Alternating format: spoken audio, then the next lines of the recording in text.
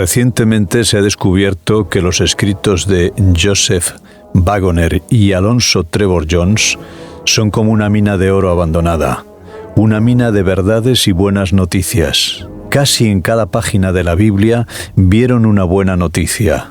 De todo esto resulta algo conmovedor que hace vibrar el corazón para siempre. Es fácil ser salvo y difícil estar perdido si comprendemos hasta qué punto la buena noticia es buena.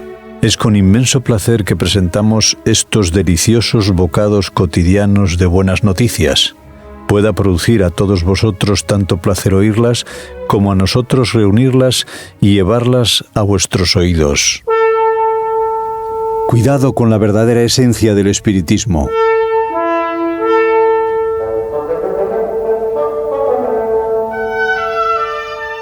Escribe el apóstol Pablo en su primera carta a Timoteo en el capítulo 4 y versículo 1. Porque el Espíritu dice claramente que en los últimos días algunos apostatarán de la fe, escuchando a espíritus engañadores y a doctrinas de demonios. Existe otro desarrollo de los planes de Satanás en los últimos días, además del paganismo y del papado.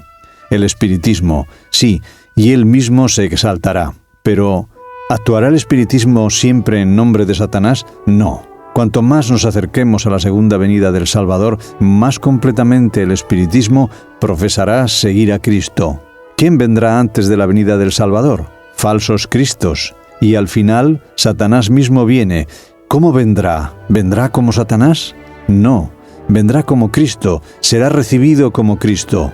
El pueblo de Dios debe estar tan familiarizado con el Salvador que ninguna imitación de Cristo sea recibida o aceptada. Pero cuando la falsa cristiandad se presente al mundo, cuando toda clase de falsos cristos aparezcan, ¿cómo puede una persona aislada permanecer salva?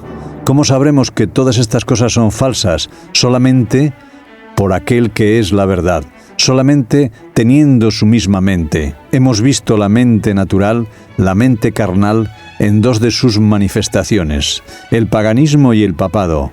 Al final tendremos delante de nosotros el dragón, la bestia y el falso profeta, y entonces no habrá sombra de excusa para ninguno de nosotros después de que hayamos tomado una posición, aquella que está solamente en la mente de Jesucristo, la justicia de Dios de acuerdo a su idea de justicia. Cuando veamos delante de nosotros el falso camino en estas tres formas, entonces comprenderemos lo suficientemente bien para alejarnos de él.